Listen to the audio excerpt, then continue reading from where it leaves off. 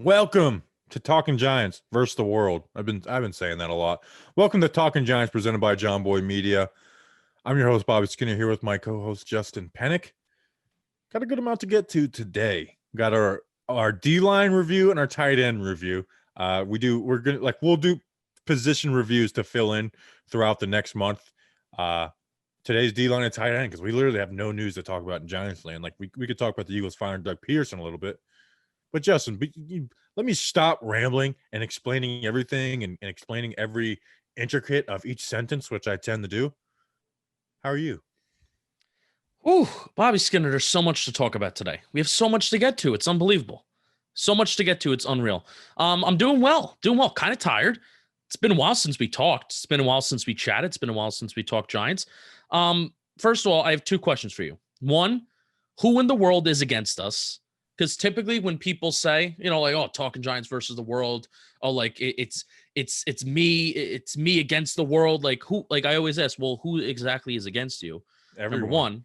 Number one, and everyone. Everyone is against us. The world, the world. All right, I can get behind it. It's literally in the title. We're talking Giants versus the world. Their world is against us. And number two, how did you enjoy super duper wild card weekend? Not necessarily just talking about the games, but just as an experience, because this was different. Here's what I'll say. I'm looking forward to the 4-game slate this weekend. Just from 1 till basically midnight, on 2 weekend days. That's a lot of football watching, man. Like, don't get me wrong, I enjoyed it. A lot of the games were good. The Ravens-Titans game was pretty good. Bills-Colts was exciting. The Nickelodeon I actually thought was a huge success. Doesn't mean that I would watch it every week on Nickelodeon, but I thought for a one-time kind of novelty, it was pretty cool. So I thought it was some really good football. And then even the Steelers game, it's like, are they going to come back? Are they going to come back? Like it was a fun weekend of football. It was an exhausting weekend. I loved every second of it. Exhausting. Yeah, I mean, like I said, it's basically 24 hours of mandatory viewing. Yeah, this weekend, where it's nice. This upcoming weekend, it's like, okay, the games start at like 3:30. Like you basically have your whole day ahead of you. You have a work day if you get up early to get stuff done, hang out with the family, do whatever, and then it's like, all right, let's finish the day off with some football. Which I know we're in a baseball company and we get baseball is awesome, baseball is great, baseball is fun, just shoved down our throats. Because let's face it, Talking Giants team is 3 people, and that's football. And then everybody else in our company is focused around baseball. So they're doing, partially what John Boy Media does a great job with is that they promote baseball. But is that partially what they do is baseball? That is partially what they do. But then you see what's happening with baseball, how the offseason still hasn't even started yet. The offseason sucks. I was thinking about that today. It's like, yes. At least with us, it's like, hey, we don't we'll talk about free agency the week before and when it starts.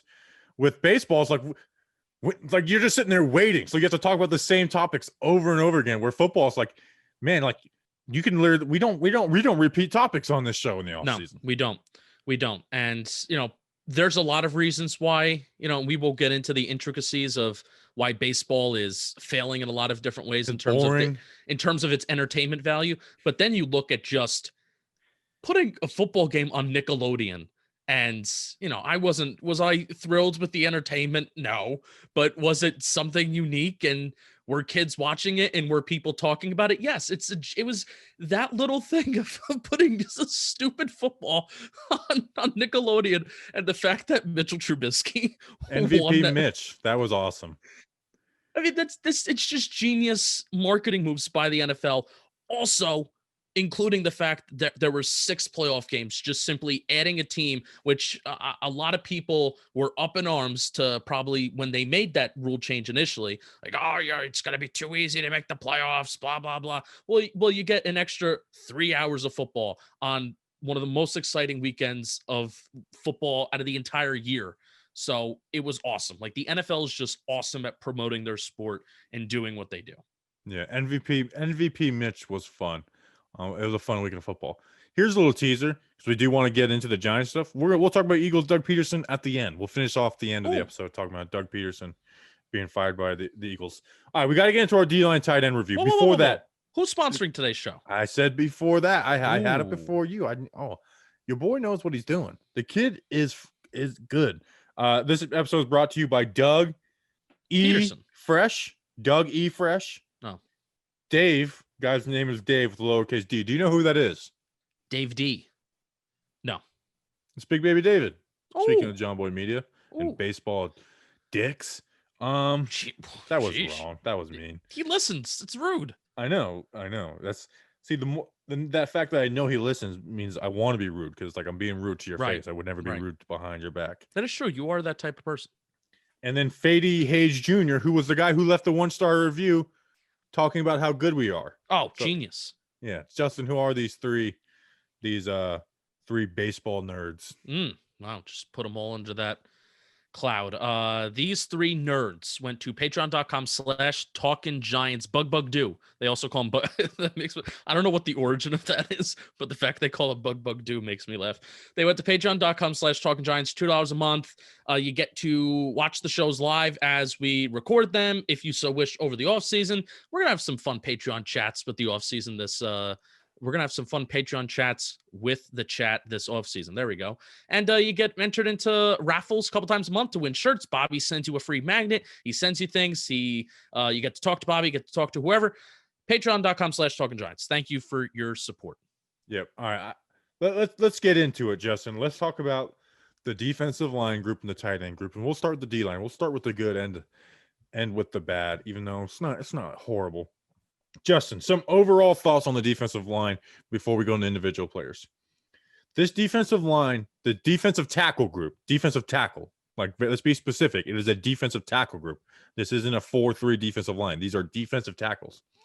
Justin, the group had 21 sacks. The Giants team as a whole had 40. 39 were by Giants players. I'm assuming one was a QB running out to the sideline. So out of 39 sacks by Giants players, this defensive tackle group had 54%, 21. Just the defensive tackles had more sacks than the Raiders, the Jags, and the Titans, and the Bengals' entire defenses had, Justin. This is arguably the best defensive tackle group in the NFL. It arguably is. And it doesn't mean that they're just a run-stuffing team. The defensive tackles are run stuffers. It allows the New York Giants linebackers to play the pass. It allows Blake Martinez, Tay Crowder to get back in passing zones. It allows the safeties to not have to come up and help run when it's not needed. It allows Jabril Peppers to play a more free role, not having to be super sound and with gap integrity. It allows Blake Martinez and Tay Crowder to have easier run responsibilities because these guys are taking up two guys a lot of the times. And Justin, it led to pressure up the middle. I mean, the pressure numbers for these guys were awesome. And they had 34 out of the 74 tackles for a loss, 54 out of the 107 QB hits. This defensive tackle group, I think, is the most impressive group on the entire Giants roster. And it should be with the investment that has been put into it. Yes, 100% without a doubt. What I love about this unit and what I love, and this is just with Patrick Graham's scheme overall, it kind of does give you the illusion that you maybe can run the ball. I kind of don't want a defense that you look at it and you totally say, I absolutely cannot run the ball against this defense. You can. Now, the Giants' raw rushing yards allowed numbers are top 10. I think they're 15th. They've allowed the 15th most rushing attempts, or they've been ran against the 15th most in the National Football League, but they've allowed the 10th least rushing yards. They've allowed 4.1 yards per carry, which is 8th least in the National Football League. But some of their more little advanced numbers that you can find on Football Outsiders in terms of the percentage of runs that they allowed that go for 10 plus yards, the consistency of runs that they allow for 4, 5, 6 yards, it's kind of below average, but this is something that is also significant when you look at things from a situational point of view. The Giants are number one in the National Football League in yards per carry, rushing yards allowed, yards per carry in the fourth quarter with 2.8. That is best in the National Football League. So when it counts and when teams may be ahead and when they're trying to run the ball and trying to keep that lead, Giants defense in 2020 did what they had to do and buckle down. But moral of the story, you look at those raw numbers, they're impressive. Giants are top 10 rushing defense, but you look at some of the more advanced numbers, they do give up a little bit, but I like that. I like that because then you give offenses the impression that you can run the ball against this Giants defense, even though it's not that successful. Yeah, man. I mean, it's an awesome group. And here's something Patrick Graham had him doing. All these guys were just dropping back in coverage on certain plays. Yeah. We saw Dexter Lawrence, Dalvin Tomlinson, BJ Hill, even, Leonard Williams a few times. All these guys dropping back in coverage. And it worked. It worked. It didn't mean these guys were covering running backs in the flats. It's just they dropped back and occupied one zone, which a zone could have, a lot of times that's where a team's check down will be. Or if a play is not opening up deep, the drag route where it's like you just find that one hole, it would close that hole. And all those guys did a good job when they asked to do about that. What did I just say? All right. Blah, blah, blah. But this is player review. Now, remember, this isn't player profiles and projections. We're not going to spend 15 minutes on each guy. But a guy we do need to spend a little time on is Leonard Williams. I mean, he had a career best year, Justin.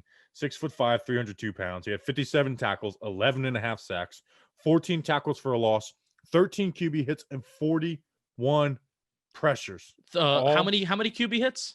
30. You said 13. Wanted to make that clear. 30. Yeah. Not 13. 13. Career 74% of the snaps. Now, he is a free agent with playing on the franchise tag. Justin, I know you have been, banging the table all offseason. People will love Leonard Williams. The half sack year was the anomaly. He will get sacks. And I don't think we thought he was going to get 11.5, but he had he should have been an all-pro this year. He had an all-pro year. And this was the first year where he really did live up to that draft spot. He lived up to his draft spot. Now, past years, even when he was good, he didn't live up to that draft spot, but he lived up to that top 5 draft pick. Or top 6. Yeah, I did some NFL rankings for Leonard Williams too in terms of where he ranks and some of his stats. So he was 3rd in the NFL in QB hits. He was tied for 3rd in tackles for loss. He was 7th in the NFL in sacks behind, and then 2nd behind Donald for interior defensive lineman. 7th in the NFL in sacks, 2nd behind Aaron Donald for interior defensive lineman. Tied for 4th in the National Football League in QB pressures. 4th in QB knockdowns, which, by the way, Marcus Golden was 7th, and I feel like he barely played this year. So that's a fun fact. 74% pass rush from the Giants.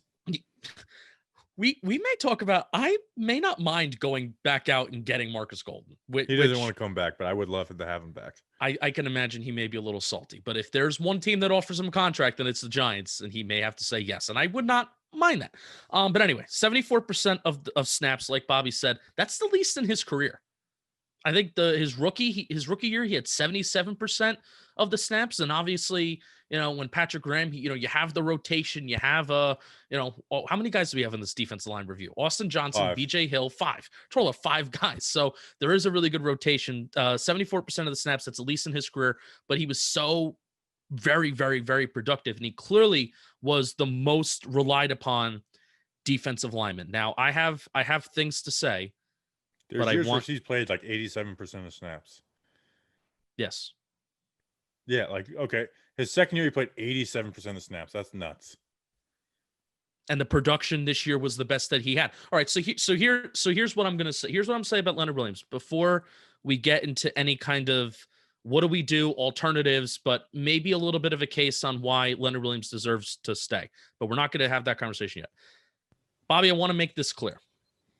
I am not an evaluator of talent or an expert on football, right? I'm someone who looks at numbers on different websites and then says words and thoughts. That's what I do. Stop it. When you know how to you evaluate Giants players better than everyone besides me. This is not the time besides you. This is not the time where I want a compliment from you, Bobby. I'm trying to humble myself. But I'm about to give myself credit though. I could have predicted that Leonard Williams had a year like this. Maybe not 11.5 sacks where he's top 10 in the National Football League. I really did believe that he could get close to 10 sacks this year. I really did believe that. And believe it or not, in the QB hits department, it wasn't that much dramatically better than what he did in 2019. It was a career best, but it wasn't all that dramatically much better. So if I could have predicted that Leonard Williams had a year like this. I think there is no way you can look at what he did in 2019, knowing that in the right situation, a year like 2020 was coming. And then I look at that, but then here's the thing: you look at the production of Leonard Williams, and you say, some people say we can't afford to bring this guy back. And the only reason I have heard as to why he can't replicate this kind of success in 2021 is some dumb theory that players only perform well during their contract years. That's the only good theory that I have heard as to why he can't replicate this success. Because 2019, he laid the foundation for the success that he was going to have in 2020. And 2019 was a contract year for him too. And here's something that I remember we argued about on the PPP is like last year he only had half a sack. And that didn't define him, but also it's like he has to get some sacks. Like he has to get to, and 4+ sacks a year to be worth, a big money contract to us, or at least anywhere, where Leonard Williams get paid. And so, yeah, I agree with you. Anybody who was saying like, oh, Leonard Williams never gets sacks because of 2019 wasn't looking at his career. His career, he gets sacked. He had 4 sacks, 5 sacks, 7 sacks, like you said, we weren't predicting 11.5. But if you would have told us before the year he's going to get 8, 9, I don't think either one of us would have been surprised. No. But with the help of the coverage being better, he got those sacks, and those sacks make him a much more valuable player than he was in 2019. I agree that they were like he's basically he was better this year. I will say that. Like even on film, he does look better. Yes. It's not like crazy better than 2019, but he was better. But for him to be worth a big contract, he had to get those sacks, and that's what he did. And the good thing for him is the guys that are on the back end are all going to be here. James Bradbury is going to be here. The cornerback 2 spot should only get better. The Darnay Holmes is our nickel corner. Jabril Peppers, Logan Ryan, Julian Love, Xavier McKinney, those guys are all here. So that's why you should expect Leonard Williams to have another really productive year next year. I don't think he'll match 11.5, but he should have another really productive year next year. And here's the thing with Leonard Williams, though. I would be a lot more concerned in terms of thinking about if he can replicate what he did in 2020. I would be a lot more concerned if the pressures went down and if the QB hits went down and, knockdowns, whatever. But, mainly pressures and QB hits. If those things go down, but the sacks go up, I get a little nervous because it's like, maybe he got some luck. The Giants secondary, they did improve, right? Giants secondary did improve. So how many of those were quote unquote coverage sacks? But the fact that the pressure all around, not just the sacks. Obviously, everybody now talks about the sacks. Everybody now talks about the QB hits because he got there and he delivered this year. But the fact that everything still got better for Leonard Williams, that tells me that is sustainable. Maybe the rate at which he's doing it is not sustainable, but the overall performance of being a top 5, top 3 interior defensive lineman in the National Football League, that is something that is attainable. And I really get frustrated. I get frustrated with Giants fans. I understand the price tag can be expensive, but where is the next 10 sack guy on this football team? Show me where. Because is Lorenzo Carter going to be that? Let's hope and pray that he takes that step up. O'Shane Ximines, I have no reason to think that O'Shane Ximines is going to take that, such a big jump to get 10 sacks. Do you really want to go out in free agency and spend, probably overpay for edge rushers? I think edge rusher is one of the most overpaid positions in the National Football League. And you look at Bill Belichick, he doesn't go out and sign edge rushers. And in the draft, Every time I hear Rousseau, I don't like that guy. Every time I hear Quincy Roche, I don't like that guy. So what do you want to do? Where's the production going to come from if you get rid of Leonard Williams?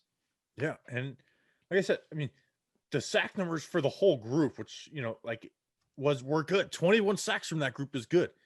Hell, if Leonard Williams has, now let's say Leonard Williams has, 6.5 sacks, 16 sacks from that group is still a really good number from the defensive tackle group with, what Dalvin and Dexter would do. And then, Austin Johnson and BJ Hill tacking on 1 each. So, yeah. And Justin, he was one of the best run defenders on the team. Like stats wise, he had the most tackles for a loss with 14. Total tackles out of the defensive tackle group, he had the most with 57, and Dex and Dalvin both behind him. He was the most productive on the team in every group. Now I would argue that Dalvin's a better run defender, And he's playing the nose tackle position, so he'll get less of those numbers. But nonetheless, he was a really good run defender, and a lot of times set the edge as a good run defender. Yep. And wasn't just stuffing up the middle on a team that didn't really have outside linebackers as the season went along. He was playing David Mayo at that spot. So yeah, I mean, so I agree with you what you're saying. Like, should we expect 11 and a half sacks and 30 QB hits? Maybe not.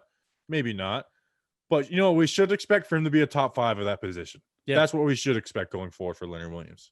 Yeah, and there is no reason to think that could change. Now, if it does change, who do you blame? What do you point to? I don't know. We'll evaluate when that comes. But I want you to believe me, because outside of your hunch and outside of your personal bias that you have to, whether it's paying an interior defensive lineman, which I get, we'll even get to talking about Dalvin Tomlinson, right? I get the bias of not wanting to do that, but you just look at the flat out production and you take away the position. Where else is that going to come from on this Giants roster? Where? That's my question. And you can't answer it because it's not coming from anywhere else. Right. I agree. All right. Let's, you good on Leonard? We move on? I'm good. I'm probably going to fit him in here when we have a conversation about who to bring back. What do we do? He'll come back, but I think let's talk about Dalvin, and then we'll talk about their situation, since those are the two guys that always get talked about in that. Sure. Dalvin Tomlinson, 6'3", 318 pounds, 26 years old. He will be a free agent, and it's kind of surprised that he hasn't been locked up, and he was a team captain, Walter Payton Man of the Year for the New York Giants. He played 60% of the snaps this year. Justin, that's a career high for Dalvin. That was a career high for snaps this year for Dalvin, or snap percentage. Let me rephrase that. I thought he was the Giants' 2019 Defensive Player of the Year, and his numbers compared to 2020, tackles the exact same. Tackles for a loss +1, sacks the exact same, QB hits +1. Now, he did play 62 more snaps, which is basically a full game, but nonetheless, that's comparable. His stats on the year were 49 tackles, 3.5 sacks, 8 tackles for a loss, 10 QB hits, and 14 pressures. And I couldn't find this stat on the internet, but I think he may have led the NFL in tips and passes tipped at the line of scrimmage. I can check that right now. Oh, can you really? Well, I can check. It's not passes defended. It's passes tipped. It's a different, because he doesn't have any passes. Well, defended. They count passes. Oh, no, because he doesn't have any passes defended. I thought they would count passes deflected as tipped. They don't count that. Advanced defense and coverage. He doesn't have any PDs. Oh, he had 4. Yeah. Whatever. Probably it definitely led the team. Leonard Williams only had 1. Bad podcasting. PD. Well, see, it's not all the other guys aren't tip pat. He definitely led the team. He may have led the NFL. Is it totally made up stat by me? Do I have anything them going off that? No, it's just my gut. He had a ton of tip passes, those are big plays. Like, those are big plays. Those are passing downs and stopping at the 0 yards. It's like here you go. Darnay Holmes, pass deflection. Here you go. Montez Sweat and Jason Pierre-Paul were the first defensive ends that popped up on the pass deflection stat on Pro Football Reference. Calais Campbell also popped up too. They had 6. So think about those guys. Montez Sweat probably seeing more snaps than Dalvin Tomlinson. Jason Pierre-Paul definitely seeing. Calais Campbell definitely seeing more snaps than Dalvin Tomlinson. So that's pretty impressive. And all those guys are like 6'10". Yeah. Like I said, for me, he was the 2019 defensive MVP. He plays that nose tackle role, which honestly, I don't think there's any Giant on the team that is really comfortable in that role. Like, you could say Austin Johnson. Dex has the size for it, but he's not a nose tackle. I'm sure you could put him there. But he really does have that nose tackle spot down. Like, he feels good with it. He makes centers look silly every week. And in fact, I would love to see Nick Gates versus Dalvin Tomlinson center reps in practice, because I bet you that's the best competition Nick Gates got all year was Dalvin Tomlinson in practice. Maybe Brandon Allen or Jonathan Allen of Washington, but he was a beast, man. He is that run stuffer. He gets 3.5 sacks, but he's not a sack getter. And when he does get a sack, though, it's beautiful, because he's usually just snap, beats the center off the ball, gets the quarterback. I remember Tyler, him kicking Tyler Biadaz's ass. The first game against Dallas was one of my favorite moments this year. He sacked Andy Dalton. And did the Andy Dalton sack. The Snacks Harrison celebration. So, I mean, Justin, doesn't get talked about as much this year because this defense had so much production from so many different players. But now 2019 was a bad defense. I named him my 2019 defensive MVP, and he had the same numbers. He had the same exact numbers. In fact, a little better. Where he had, one more tackle for a loss and one more QB hit. So Dalvin, man, he's just a beast who's able to clog up that middle. He's so important to the run game. He screws up what a center's trying to do and getting to one side. He always plays the right gap. He's just a sound, really good football player. And I think he's worth, a $10 million a year, whatever type of deal that he's going to command. But I could also see teams not wanting to go crazy after him too. Right. Because this is the whole conversation that surrounds Dalvin Tomlinson, because you look around the NFL, there's a lot of good nose tackles. Not just talking about interior defensive linemen. There are a lot of good nose tackles. It's just that Dalvin Tomlinson is one of those cases where he is one of the best at what he does. If you like run stop rate and all that stuff, I think I like run stop rate better than like run block, win rate. I don't like win rate, but run stop rate. He's one of the highest in the National Football League. I don't look at that too often, but to give you some just more advanced stuff, sure, if you like that stuff. 60% of the snaps, it did go up 6% from last year. That was a big thing in the preseason, Bobby, where we were doing his PPP. And I was looking at Dalvin Tomlinson. I'm like, we're seeing 50%, 55% of the snaps. I mean, the snap share has to go up. Like if we are even going to have a conversation of extending Dalvin Tomlinson, he needs to be playing more than half of the snaps. And 60% of the snaps is nothing crazy, but you see how the Giants perform when he's not on the field. And this is the thing that is most telling about how impactful a player is. There is a significant difference in this defense, particularly the run defense, in terms of when he is not on the football field and when he is on the football field. They get gashed when he's not on the field. They get gashed for big gains in the running game when he's not on the football field. And that is a huge difference. So do you want to kind of move into a who would you rather conversation? Yeah. I'll lead it off. I think the Giants should, and this is maybe me being greedy and me being a fan and not really looking at the big picture. I think this Giants defensive line has the ability to be really good. I mean, this year was a 9th ranked defense, but I think every guy on this defense is so important. And I think the defensive tackles are just as important as the safeties, as the corners, as the linebackers. And I just don't want to mess it up. I really think the Giants should do what they can to keep both these guys here. Now, I know Leonard's going to get a huge contract, and maybe even think about franchise tagging him again because, he's not going to get this, 11 and a half. If he gets 11 and a half sacks again, then you just do it. But maybe you think about tagging him again. There's talk of tagging Dalvin and then signing Leo. Maybe you tag one of them and give the other one a contract. I just think you got to do what you have to do to keep this group together because with the defensive, these guys are very huge in the pass game. Like them being able to be run stuffers allows our linebackers to play the pass. Like I do think this defense has been built very well. And I think Dalvin's a big part of that. So I think you got to do what you have to keep these guys together. And if that means cutting Kevin Zeitler, and you know me, I do not want to move on from Kevin Zeitler. I do not want to make this offensive line worse.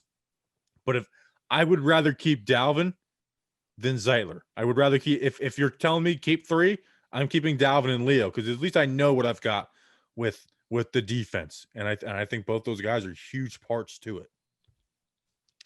It all depends on the deal, but as of right now, I'm prioritizing Leonard Williams number 1. Like that has to be the priority for me, and it all stems down to that question of yes, you can disagree with whatever price tag he may come with. But where is the production going to come elsewhere? And you may just here's the ultimate conversation that I have with myself. Getting to the quarterback and putting pressure on the quarterback is much more important than stopping the run. And if anything, like I said, almost to start the show and to start this positional review, I don't mind if we're giving up a little bit in the running game. Giants have a top 10 rushing defense right now. Even if that gets a little bit worse, I don't mind, because then that gives teams the illusion that, hey, you can run the ball against the Giants. And if teams are running the ball more than they're throwing the ball, I am very fine with that. Go ahead, run all day. You're not going to do a lot running consistently. There's only a few teams in the NFL: the Titans, the Browns, the Ravens. There's a couple of teams that I'm forgetting that can just run the ball at will. The majority of the NFL cannot do that. So go ahead, think that you can run the ball against us, because it's not going to result in you getting 7 points consistently. So it's a replaceable position. While we do get gashed when Dalvin's not on the field, but I just don't feel comfortable giving a lot of money to an interior defensive lineman, to a nose tackle specifically, when somebody else can step up and play that position. And the Giants have been defensive tackle you for years. We move on from Barry Cofield. Somebody else steps in. Linval Joseph steps in. Linval Joseph goes. We sign Snacks Harrison free agency, but also we draft Jonathan Hankins. Jonathan Hankins leaves. We draft Dalvin Tomlinson. Yeah, but the counter argument to that would be, and if you're going either or, where I could fall into this, it's hard for me to pick, because that's why I want to keep both, is say Leonard's numbers at 19 a year, Dalvin's is at 10, which I think is too realistic. You can argue Dalvin could be less or more. Leonard, I think, is probably going to land around there, at the least like 16 mil. Is, you know what? You increase BJ Hill, who has some pass rush ability snaps. He's entering year 4. I guess that would be the end of it. I was going to say RJ McIntosh, but you can't make the argument that. Yeah, I even have in my notes here, Bobby. I love Dex, I love BJ Hill, and if you want to bring an RJ McIntosh into the discussion, but none of those guys, even together cumulatively, I don't think can put up the numbers. Like, if you add up the pressures, the QB hits, and the sacks between all three of those guys in a given year, I don't even know if they can meet the production of Leonard Williams in 1 year in 2020. I don't know. I don't think so. No, you won't never meet their 2020 numbers. The question is, could you add a sack to Dex, 2 sacks to BJ Hill, and then assume that Leonard goes down to like 7.5, and it's like, okay, you're 1 sack off there. Like, that's the argument you could make, is that they could replace that production. And we'll talk about Dex in a second, but I think he can have a really third year jump, and that would be saying something, because he was really good this year. So it's going to be a tough decision, but I do think the fact that Dalvin hasn't been re-signed kind of says the organization may be leaning towards Leonard. And let's be real, they just have more wrapped up in Leonard. Yeah. Yes. Usually the organization, now Dalvin Tomlinson is not a Victor Cruz. He's not a Plaxico Burress, is not an Eli Manning, right? Or, even take Odell for an example, where they had an extension with Odell worked out in the summer before the last year of his deal, where that's typically how the Giants operate. If you're an important player of the franchise, they like to extend you the summer before the season ends, or summer before your last contract year is. So we'll see.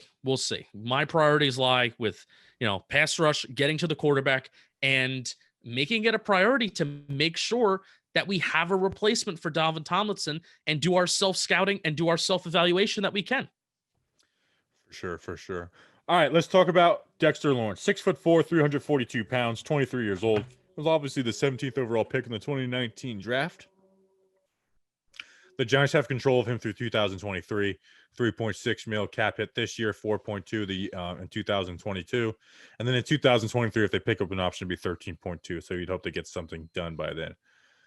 He played 60% of the snaps this year, which is actually down 3.3% compared to 2019.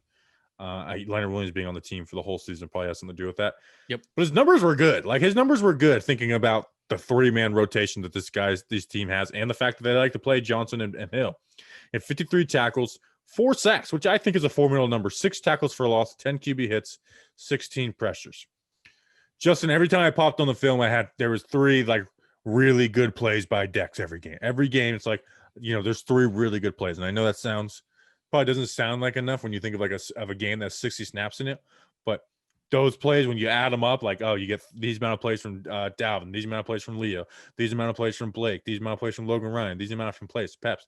That's big. That's big. And 4 sacks is a good number for his spot. And Justin, I think he's at a position that really does have a 3rd-year jump. I think the defensive tackle spot, you get that 3rd-year jump, you get to the use of those NFL offensive linemen, you really do grow up. And you look at Dalvin. I mean, Dalvin, no one was singing Dalvin's praises until 2019 when he really seemed to jump, and honestly, Leonard Williams trade seemed to open him up a little more. So I love Dex. He's fun to watch. He manhandles running backs. It's funny to see him pull running backs down. He's a run stuffer, but he also has a little bit of pass rush ability, and I really do think this guy is gonna be people are gonna know about Dexter Lawrence year 3 in the NFL. Yeah. Yeah, 100% agree. I called him my most underrated Giant last week because I felt like everybody was calling Dalvin Tomlinson underrated so much that it actually made him properly rated. So we got to give Dexter Lawrence some love. The fact that he's drafted in the 1st round, that's kind of bananas. Drafted in the 1st round, so he gets that 5th-year option. So he's here until 2023, which is great. If you think about just how great that is, we have 2. Wish it was 3. His 5th-year option is a $13 million cap hit, though. I was so surprised to see that for the defensive tackle group. Yeah, is he counted as a defensive tackle, or is he counted as a defensive end? He should be counted as D tackle. Should be, yeah. I mean, I would assume it's D tackle because that's maybe that's not right. I don't know, but I mean that's what Over the Cap said. Because that's why that's why I wouldn't want to tag like Leo again, because Leo is technically a defensive end, whereas tagging Tomlinson, you can't argue that he's a defensive end. Like he's a nose tackle. You can't argue anything different. Whereas Leonard Williams, there was that wiggle room last year, but yeah, it's bizarre. 5th-year cap hits are usually big for 1st-round draft picks. I think that's why teams like to get an extension done early. I don't know, but that's cool. And I 100% agree with you, Bobby. You would put on film and he would jump. And you could see like there were plays, especially towards the second half of the season, that it was even apparent just on the TV broadcast too. Like, oh, Dalvin Tomlinson made that play in the run game. Dalvin Tomlinson got pressure there. Dalvin Tomlinson did this. So I'm sorry, Dexter Lawrence. Dexter Lawrence did this. So it was a lot of fun to see. My most underrated Giant. Yeah, man, it's just, and part of he's underrated because of how good Dalvin and Leonard are. Obviously Leonard had the huge year this year. He's a beast, man, and we'll talk about it with our inside linebacker review, whenever that comes.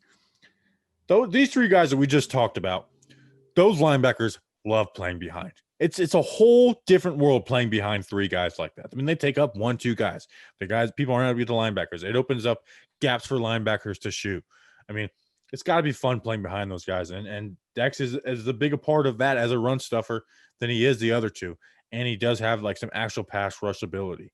4 sacks for him in his 2nd year, to me, is pretty good. I mean, in his rookie year, I think he had I could pull it up right here. I think he had 3.5 sacks as a rookie, 2.5 sacks as a rookie.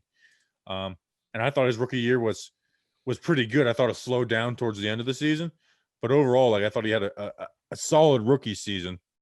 Like I said, you're never going to get, unless you have Leonard Williams, like these huge numbers.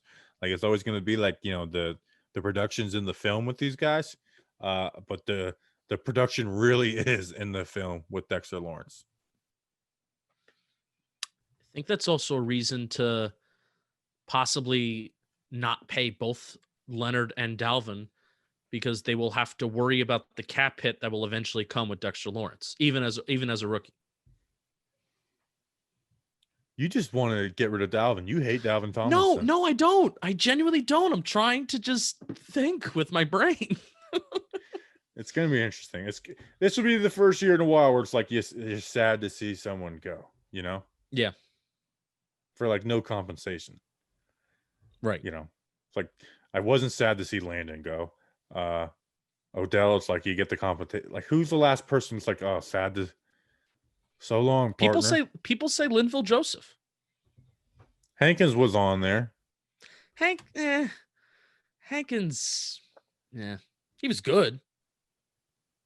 Never number 1 worthy. I really do think that, but I'm just thinking like a good player who's like is sad to see go. Linville Joseph was a was a good player towards the latter end, and then obviously I get that, but Hankins has played more recently than Linval Joseph. No, but I'm thinking of somebody that Giants fans still talk about. Yeah, that's true. We never talk about Jonathan Hankins. Like people say, don't repeat the Linval Joseph mistake when it comes to. I think they're really talking about Dalvin Tomlinson. Don't repeat the Linval Joseph mistake. They don't say don't repeat the Jonathan Hankins mistake. Yeah, Bob Papa said that today on Twitter. Don't repeat the Linval Joseph mistake. Yeah. All right. Let's finish off the defensive tackle group. We'll go a little quicker with these guys. BJ Hill, 6'3", 311 pounds, 25 years old. He has 1 year left on his rookie deal at $1.28 million. He played 34% of the snaps, which was a career low. His last year he played 44%. In his rookie year he played 59%. I mean, he was a key member of this team in 2018. He had 32 tackles, 1 sack, 2 tackles for loss, 3 QB hits, 6 pressures. His 1 sack was against Chicago, meaning that 4 of his 7.5 career sacks are against Chicago. Justin, he's just buried on the depth chart. And I think that might be some people's point of contention with Dave Gettleman, is that you have a player like BJ Hill, who we all like, who we think is pretty good. If he got more snaps, you have some more production. Like if BJ Hill is playing instead of 34% of the snaps, and say he's playing 57, like you're not surprised if BJ Hill has a 4 or 5 sack year. I mean he had 5.5 his rookie year, 3 in 1 game. But if he has 4 or 5 sacks, you're not surprised. But BJ Hill, he's a good player. Like, we talk about this group maybe being the best in the NFL, the best defensive tackle group in the NFL. How many teams have BJ Hill as their 4th guy in their defensive tackle rotation? I think we overrate BJ Hill a little bit. I don't think we do. I mean, I see him have good pass rushes, like, and whenever he plays, it's like, and he'll make dudes look silly at times. Like, I don't think BJ Hill is. I mean, maybe in your mind, because it depends on what you see people rating him as, but. No, his PFF grade last year, he had the best PFF grade on the Giants defense, apparently. Interior defense line. Yeah, I'm pretty sure he did. Well, PFF sucks. Their grades suck. Okay. Their grades do suck. I mean, that's not me. That's not me picking and choosing. That's me. That's me being consistent. No, you said depending on what you see or what you see people saying. I'm like, well, PFF. Oh, they're overrated because of what is PFF. Okay, then that makes sense. Okay, I get what you're saying. Sorry, I thought you meant like. Okay, so yeah, if you're looking at PFF grades, then he's definitely overrated. But he also, I mean, even I feel like last year was a big prove it year for him.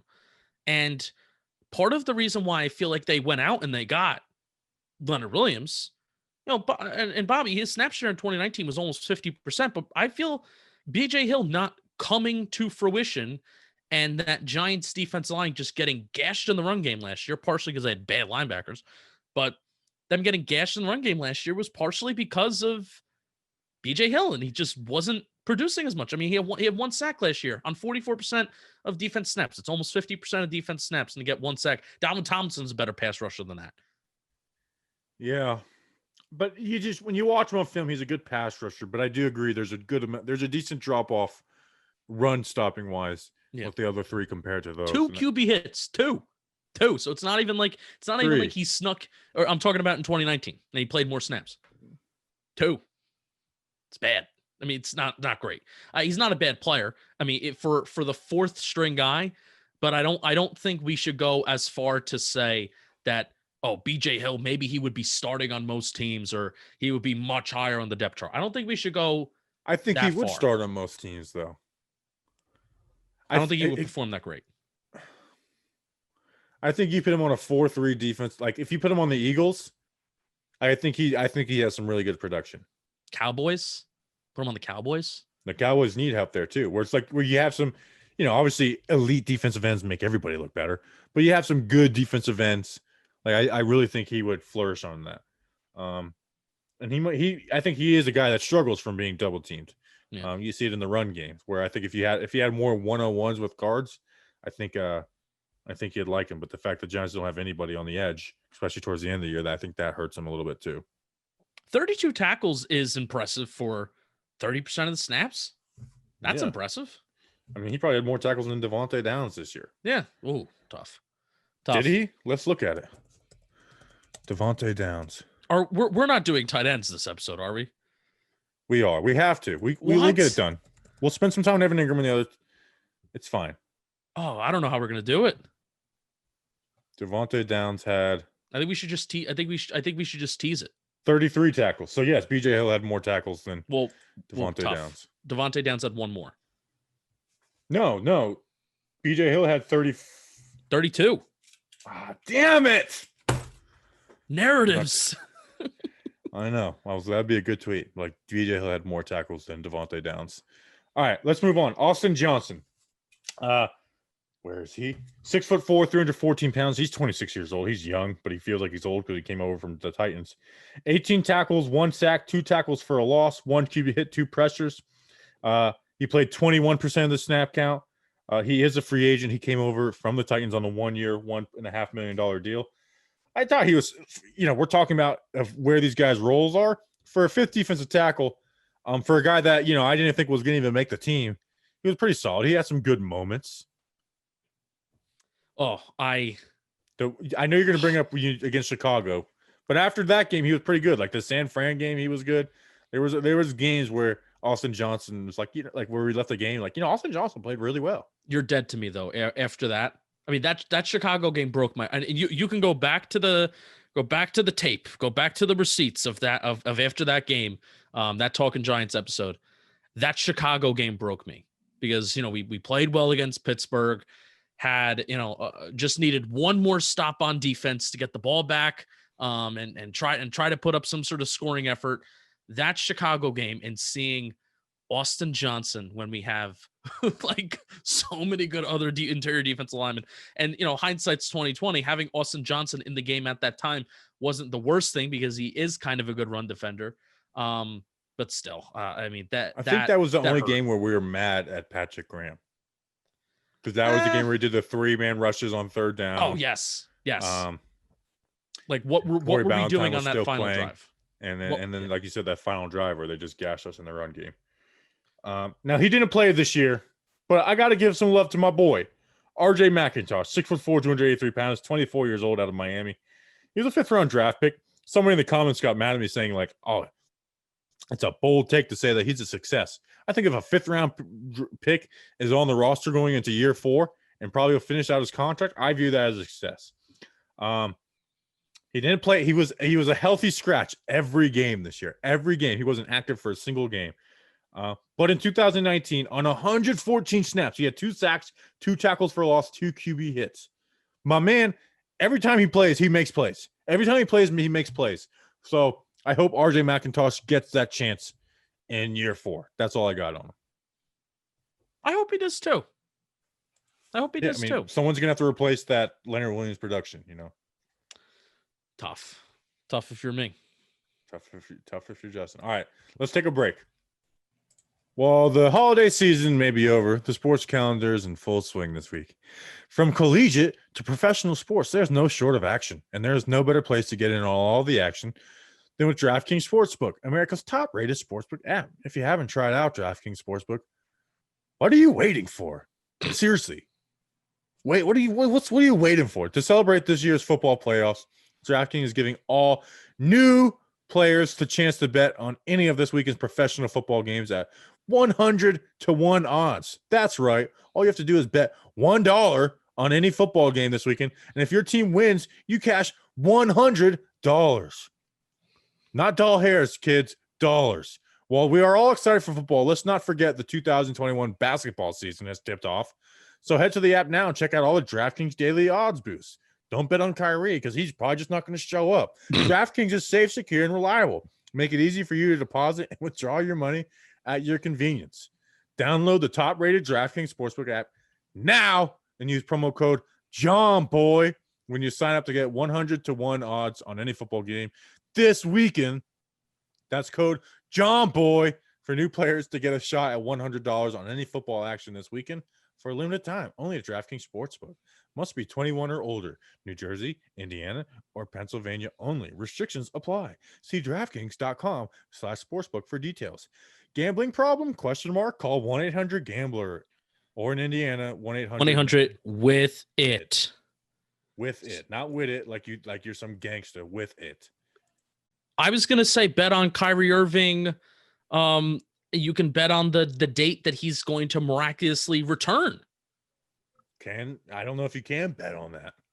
They should create a category. Do we know why he's all right, I did hear. I'm not doing this. I'm not doing this with Kyrie. I did. Well, I don't know what the reason is. It's political reasons. Nobody knows. Nobody knows. Everyone's just guessing because Kyrie won't say anything.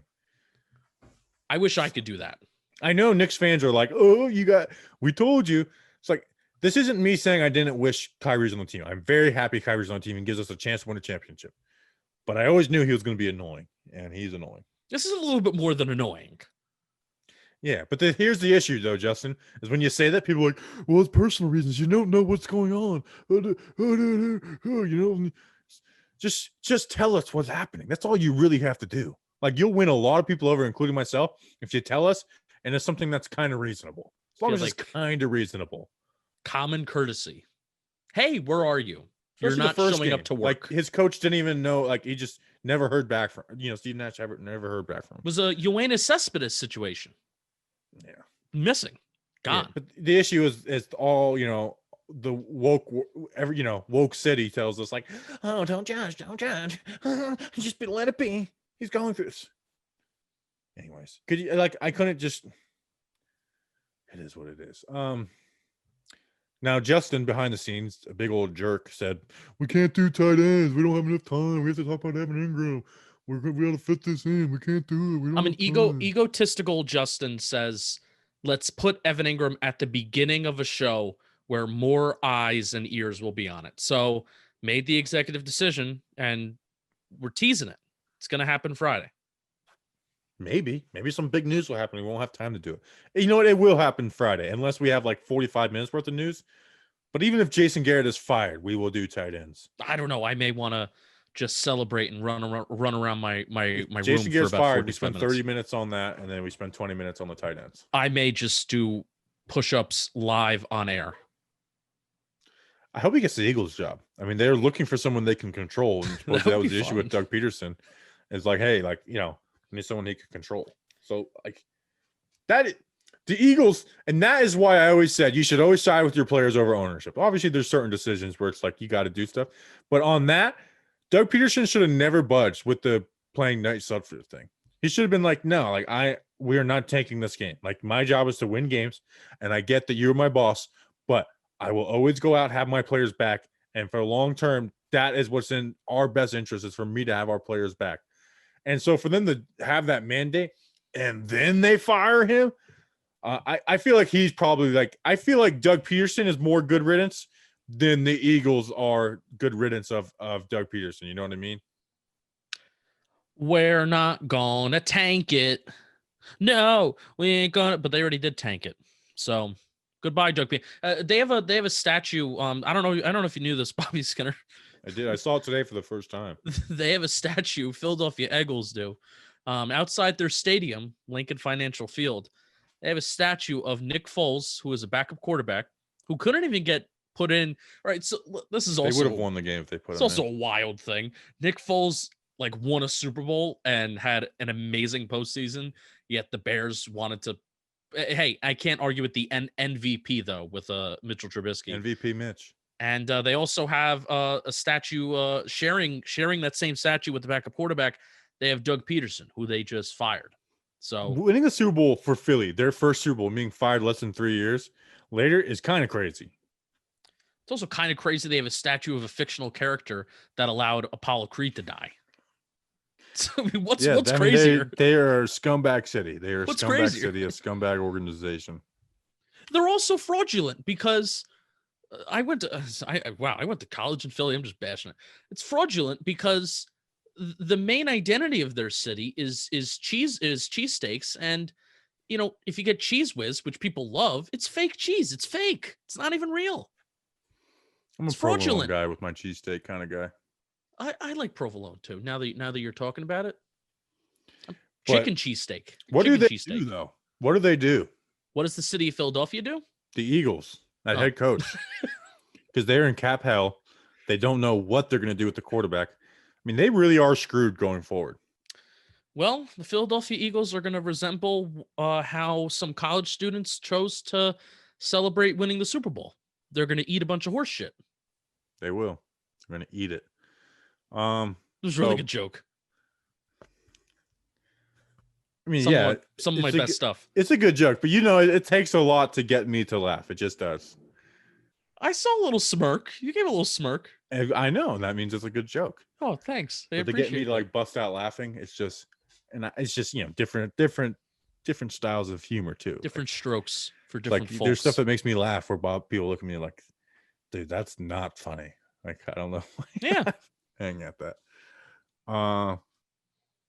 Yeah. So I guess that's it. We don't need to spend 20 minutes on Doug Peterson and the Eagles. It was real letdown. I'm sure a lot of people wanted to hear the Evan Ingram conversation, and it's my bad. I even teased it on Twitter. So just know when the title says D-line position, D-line review. It's this guy's fault right here. D-line review. I knew we were going to take a long time on the defensive lineman, but I didn't think we'd go over 30 minutes. But it is what it is. If you're a fan of the Giants, then you really enjoyed that. What was it? How many minute conversation on the defensive line? 44. 40 minutes BSing at the start. 43-minute conversation on the defensive line. All right, but Friday you have the tight end review to look forward to, and the return of Giant stories. Return of Giant stories on Friday, so that should be some fun. We will see you then. Hopefully, maybe sooner. Maybe we'll break some news and be sooner. We appreciate you guys. Thank you for supporting Talking Giants versus the World. We'll see you then. Until then, let's go Big Blue.